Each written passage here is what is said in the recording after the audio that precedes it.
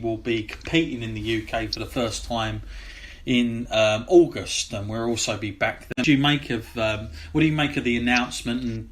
And did you feel a little bit like there is a special thing here? Because I'm guessing, Matt, what we will get is probably maybe the fallout of SummerSlam, probably around that time. Oh yeah, it should be roughly around that time, which will be pretty good to see for us, I imagine. And of course, we get to see Ronda Rousey's UK debut with WWE, which is also another good thing.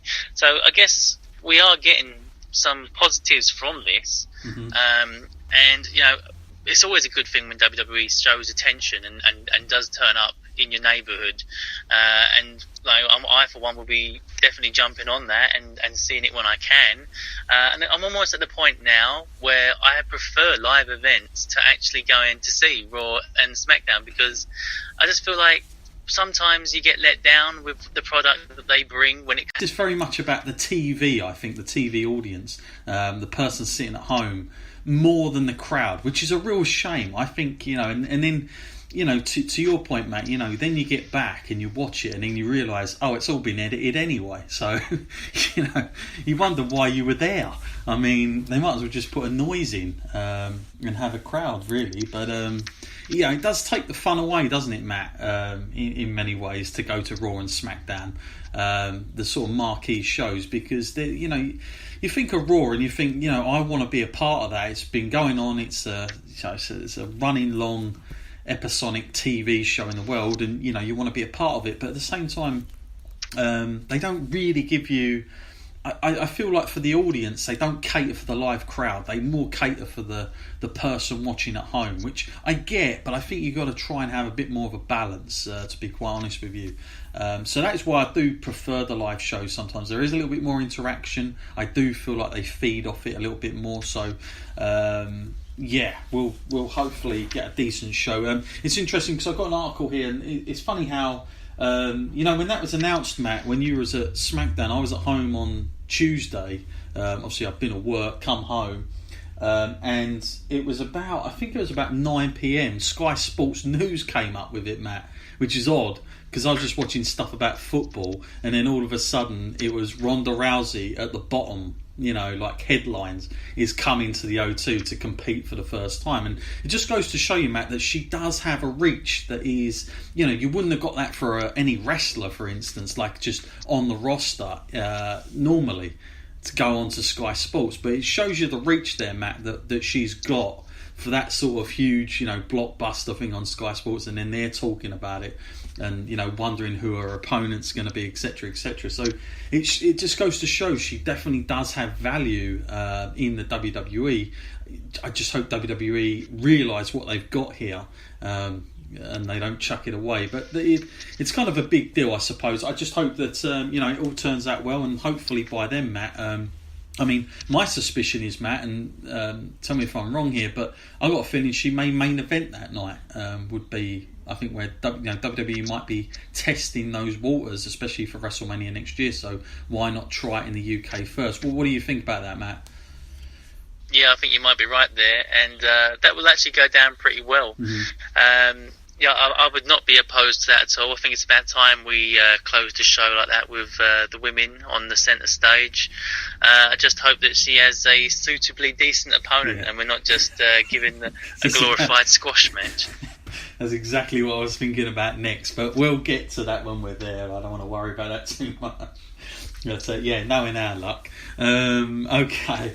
Anyway, let's move on, shall we? I titled this episode "Who'd Be a Babyface," and I have, for anyone that's seen the cover, I've got a picture that I took when I was at Raw of Bobby Lashley and Roman Reigns just kind of standing up at the apron, and it just kind of one of those photos I look back on and I thought, there's two guys that are probably saying to themselves, what is all this about? Getting all the chip off the fans. But Matt, it is interesting, isn't it? Because when you go to these shows, myself, I'm a bit of a people watcher anyway, but I'm always observant of what fans, are thinking, what they're saying, and we've been to New York, we've seen Raw there. Not much difference in a way, but it's interesting, Matt, because to be a WWE fan, especially as an adult, do you think now, because it's so exposed, because we all know the ins and outs and who the bloody hell's writing this and this, that and the other, and we're kind of booking already before WWE, and we're saying, why aren't you changing Roman and stuff like this? Do you feel like fans have taken on a different role now? Especially, when you're sitting in amongst it, and all you kind of hear is, oh, what do they do that for? Why don't they change this? It becomes more of a critique thing more than it is an enjoyable in the moment type thing. Now, I will put that aside to when I see a match like Sasha Banks and Bayley at NXT TakeOver a few years back. Believe me, I was engrossed in that, and there are matches in general that I feel the same way, that I am totally for those 15-20 minutes, whatever it is, I can suspend my disbelief, and I'm in the moment, and I want to feel like that, but it's difficult because I feel like nowadays, especially with the old adult fans, not so much the kids. I think with the kids it's still there is a magic to it, but I think as adults, Matt, I mean, do you think now that the audience has become more than just a fan now, Matt, and this is the reason that WWE can't connect with it, or what do you think's happened over the years here? Because I'll say this much, maybe when I went, I'm thinking back here, 2007 to a Raw show, which was over 10 years ago now. It was a different feeling then, even then, and so much had happened. But I do feel like fans now, like the last few years I've been to Raws, there's just a lot of sort of heckling and we're not happy with this, or I'm leaving. Didn't the guy next to us, Matt, didn't he get up before the main event or something? I think he said, because I kind of looked around, so I was like, what the hell? What do you make of it though, Matt? And is it just a sign of society in general, and it's not just a wrestling thing, it's just how we are in society now? Yeah, I guess that's a part of it, but I also think it's pretty good that it's one of those things that does divide people. Mm-hmm. I mean, you can never make all of the people happy all of the time. Mm-hmm. And if people can... That, 90 whatever thousand, when they were watching Andre and Hogan, were all legitimately thinking that's real. No doubt about it. They knew what wrestling was. But I just feel like they were a lot more accepting. But it's difficult, Matt, because you can't really blame the WWE fans, what we are now, because I kind of feel as well that WWE, in their own way, have made this more of a problem than it needed to be in terms of, say, the WWE Network, all those shows they put out, like Ride Along, Table for Free, all these shows that they show that they're not in their characters one bit at all, and they're talking about the product and, oh, I wish I would have wrestled him, or we could have done it like this, or that really hurt me.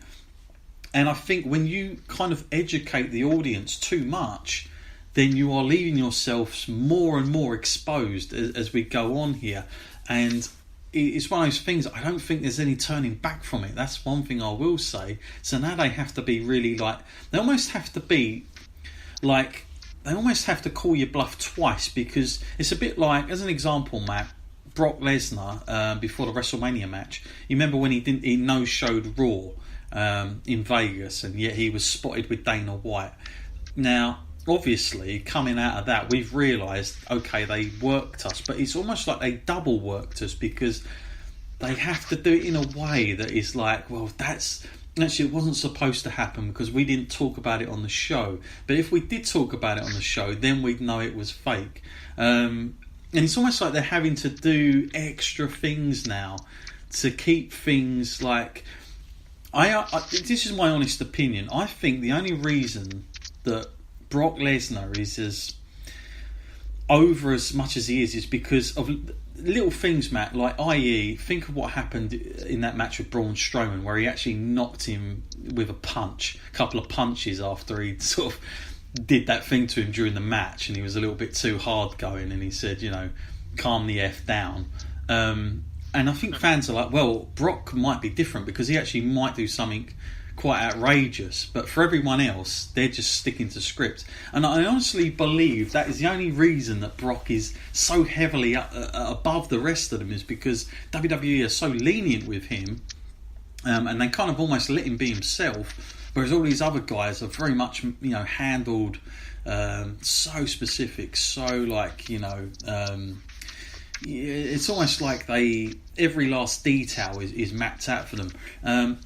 And I think as a fan, you're going into it and you're thinking to yourself, like, this isn't something you can easily let go. Like, I want to, trust me, when I turn up to Raw, I'm not really there in my podcast mode. I'm trying to be there as a fan. But it's difficult to switch off, Matt, when...